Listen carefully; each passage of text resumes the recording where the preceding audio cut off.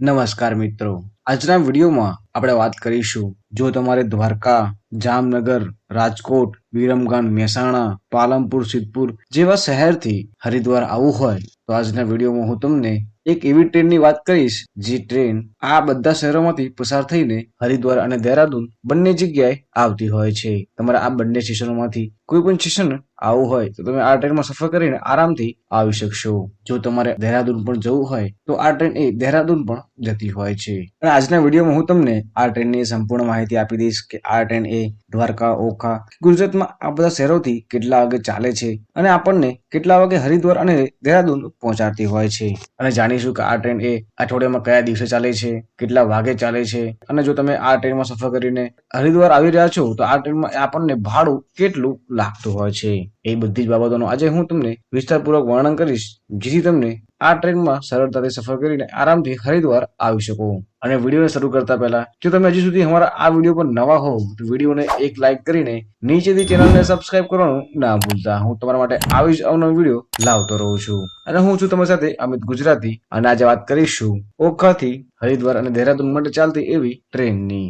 અને વાત કરું આ ટ્રેનના ટાઈમની તો આ ટ્રેન એ ગુજરાતમાં ઓખાથી સવારે 10:20 ચાલતી હોય છે, જે ટોટલ એક દિવસ 5 કલાક અને 14 મિનિટ પછી આપણને હરિદ્વાર બપોરે 4:10 જ પહોંચાડતી હોય છે. અને ત્યાં જ આ ટ્રેન એ દહેરાદૂન આપણને સાંજે 7:20 જ પહોંચાડતી હોય છે.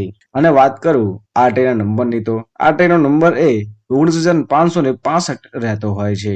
અને વાત કરું આ ટ્રેનના રૂટની તો આ ટ્રેન એ ગુજરાતમાં એવા ઓખાથી ચાલે છે અને આ ટ્રેનનું એક ગુજરાતમાં પહેલું સ્ટેશન એ દ્વારકા આવતું હોય છે. અને આ ટ્રેન એ ટોટલ 29 કિલોમીટરનું અંતર કાપીને એ દ્વારકા સવારે 10:51 આવતી હોય છે. અને દ્વારકામાં આ ટ્રેન ટોટલ 5 મિનિટ જેટલી ઊભી રહે છે, એ પણ પ્લેટફોર્મ નંબર 1 ઉપર. ત્યાંથી આ ટ્રેન આગળ એ ભાટિયા આવે છે અને ભાટિયા આ ટ્રેન એ ટોટલ 71 કિલોમીટરનું અંતર કાપ્યા બાદ પહોંચતી હોય છે. અને આ ટ્રેન એ ભાટિયા 11:31 પહોંચે છે અને અહીંયા આ ટ્રેન માત્ર 1 જ મિનિટ ઊભી રહેતી હોય છે. અને આ ટ્રેન એ ભાટિયા પ્લેટફોર્મ નંબર 2 ઉપર જ આવતી હોય છે. અને ત્યાંથી આ ટ્રેન આગળ એ Khambhalia junction, Jamnagar junction, Hapa junction થઈને રાજકોટ જંકશન આવતી હોય છે. ત્યાં આ ટ્રેન એ ખંભાળિયા બપોરે 12:04 આવે છે, જામનગર 12:57 આવે છે, હાપા આ ટ્રેન એ 1:27 જ આવતી હોય છે. ત્યાંથી આ ટ્રેન એ ટોટલ 253 કિલોમીટરનું અંતર કાપ્યા બાદ એ રાજકોટ આવતી હોય છે. અને આ ટ્રેન એ રાજકોટ બપોરે 3 વાગે પહોંચતી હોય છે. અને રાજકોટમાં ટ્રેન આ ટોટલ 5 મિનિટ ઊભી રહેતી હોય છે, એ પણ પ્લેટફોર્મ નંબર 3 ઉપર. અને રાજકોટથી આ ટ્રેન એ રવાના થઈ Wankaner junction, Surendranagar junction, Viramgam junction, Mehsana junction, Unjha, Sidhpur એટલે પાલનપુર જંકશન થઈને એ ગુજરાતની બહાર ચાલતી હોય છે. અને આ ટ્રેન એ વાંકાનેર જંકશન 3:33 આવે છે, સુરેન્દ્રનગર જંકશન 4:52 આવે છે, વિરમગામ જંકશન 6 વાગે જ આવતી હોય છે. અને આ ટ્રેન એ મહેસાણા 7 વાગે પહોંચતી હોય છે. અને આ ટ્રેન એ મહેસાણામાં પ્લેટફોર્મ નંબર 1 ઉપર આવતી હોય છે. આ ટ્રેન અહીંયા ટોટલ 2 મિનિટ જેટલી ઊભી રહેતી હોય છે. અને આ ટ્રેન એ ટોટલ ઓખાથી 500 કિલોમીટર અંતર કાપ્યા બાદ એ મહેસાણા આવતી હોય છે. અને ત્યાંથી આ ટ્રેન એ ઊંઝા જંકશન 7:21 આવે છે, સિદ્ધપુર જંકશન 7:40 આવે છે. અને આ ટ્રેન એ પાલનપુર જંકશન 8:38 પહોંચતી હોય છે. અને એના પછી આ ટ્રેન એ ગુજરાતની બોર્ડર ક્રોસ કરતી હોય છે. અને પછી આ ટ્રેન એ Abu road junction, Falna junction, Beawar junction, Ajmer junction, Jaipur, Alwar, Gurgaon, Delhi cantt, new Delhi, Ghaziabad જેવા આ શહેરોથી પસાર થઈને આ ટ્રેન એ હરિદ્વાર જંકશન આવતી હોય છે. અને આ ટ્રેન એ હરિદ્વાર ટોટલ 1628 કિલોમીટર અંતર કાપ્યા બાદ બીજા દિવસે 4:10 આવતી હોય છે. અને આ ટ્રેન એ ટોટલ 10 મિનિટ જેટલી ઊભી રહેતી હોય છે. અને આ ટ્રેન એ હરિદ્વારમાં પ્લેટફોર્મ નંબર 4 ઉપર જ તમને જોવા મળતી હોય છે.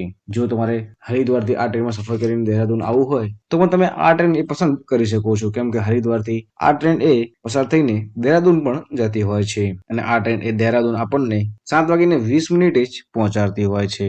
અને આ ટ્રેનનું એ છેલ્લું સ્ટેશન એ દહેરાદૂન જ રહેતું હોય છે. એટલે તમે આ ટ્રેનમાં સફર કરીને આ બે સ્ટેશનો ઉપર આરામથી આવી શકો છો. એક છે હરિદ્વાર અને બીજું છે દહેરાદૂન. અને જો તમે આ ટ્રેનમાં સફર કરીને હરિદ્વાર કે દહેરાદૂન આવી રહ્યા છો તો આ ટ્રેન એ ટોટલ ગુજરાતમાં 14 જેટલા સ્ટેશનો ઉપર આવે છે. અને ટોટલ આ ટ્રેન એ 35 જેટલા સ્ટેશનો ઉપર ઊભી રહેતી હોય છે. અને વાત કરું આ ટ્રેનના સ્પીડની તો આ ટ્રેનની એ એવરેજ સ્પીડ કિલોમીટર અને મેક્સ ટુ મેક્સ સ્પીડ એ 110 કિલોમીટરની રહેતી હોય છે. અને આ ટ્રેન એ ટોટલ 1670 કિલોમીટરનું અંતર કાપ્યા બાદ આપણને દહેરાદૂન પહોંચાડે છે અને 1599 કિલોમીટરના અંતર બાદ આપણને એટલે કે 1600 કિલોમીટરના અંતર બાદ આપણને હરિદ્વાર પહોંચાડતી હોય છે. અને આ ટ્રેન એ ટોટલ અહીંયા અઠવાડિયામાં એક જ દિવસ ચાલે છે, એ પણ શુક્રવારે. જો તમે ગુજરાતથી શુક્રવારે આ ટ્રેનમાં સફર કરીને હરિદ્વાર શનિવાર બપોરે 4 વાગે આવવા માંગો છો તો તમે આ ટ્રેન એ પસંદ કરી શકો છો. કેમ કે આ ટ્રેનને ટોટલ એક દિવસ 5 કલાક 14 મિનિટ જેટલો સમયગાળો લાગતો હોય છે હરિદ્વાર પહોંચવામાં. અને આ ટ્રેન એ શુક્રવારે અહીંયા દ્વારકા જેવા શહેરથી તમને ચાલતી જોવા મળી હશે, જે ટોટલ આટલા બધા શહેરોને કવર કરીને એ હરિદ્વાર આવતી હોય છે. અને વાત કરું આ ટ્રેનમાં ટોટલ કોચિસની તો આ ટ્રેનમાં તમને ટોટલ 4 પ્રકારના કોચિસ જોવા મળતા હોય છે, જેમાં જનરલ ક્લાસના ટોટલ 3 કોચિસ હોય છે, 2 ટાયર એસી નો અહીંયા એક જ કોચ હોય છે, 3 ટાયર એસી ટોટલ અહીંયા 4 કોચ જોવા મળતા હોય છે, અને સ્લીપર ક્લાસના અહીંયા ટોટલ આ ટ્રેનમાં 6 કોચિસ જોવા મળતા હોય છે. અને બીજી બધી ટ્રેનો કરતા આ ટ્રેનમાં એ બધા કોચિસ ઓછા જોવા મળતા હોય છે. જો તમારે આ ટ્રેનમાં સફર કરીને દહેરાદૂન કે હરિદ્વાર આવવું હોય તો તમે આ ટ્રેનમાં ટિકિટ કરાવવાનું પહેલા ના ભૂલતા, કેમ કે આ ટ્રેનમાં એ કોચિસની સંખ્યા પણ ઓછી છે. અને જો તમારે આ ટ્રેનમાં સફર કરીને હરિદ્વાર આવવું હોય તમારે આ ટ્રેનમાં એ 2 કે 3 મહિના પહેલા જ એ ટિકિટ કન્ફર્મ બુક કરી લેવાની રહેશે, કેમ કે એન્ડ ટાઈમ ઉપર આ ટ્રેન ઓલમોસ્ટ ફૂલ જ થતી હોય છે. ત્યારે તમને આ ટ્રેનમાં ટિકિટ મળવી એ ખૂબ જ મુશ્કેલ થતી હોય છે. એના પછી તમારે આ ટ્રેનમાં એ જનરલ કોચમાં સફર કરીને હરિદ્વાર આવવું પડશે, કે પછી તમારે આ ટ્રેનની તત્કાલ ટિકિટનો વેટ કરવો પડશે. અને વાત કરું આ ટ્રેનમાં જો તમે સફર કરીને હરિદ્વાર આવી રહ્યા છો તો આ ટ્રેનમાં એક વ્યક્તિનું ભાડું એ સ્લીપર ક્લાસમાં 645 રૂપિયા લાગતું હોય છે, 3 ટાયર એસીમાં 1720 રૂપિયા લાગતું હોય છે, અને 2 ટાયર એસીમાં અહીંયા ટોટલ 1495 રૂપિયા જ લાગતું હોય છે.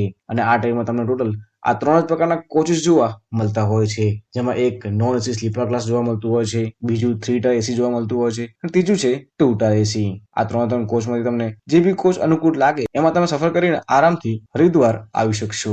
કેમ કે દર વર્ષે કેદારનાથ જવાવાળા દરેક ભક્ત એ હરિદ્વાર જ આવતા હોય છે.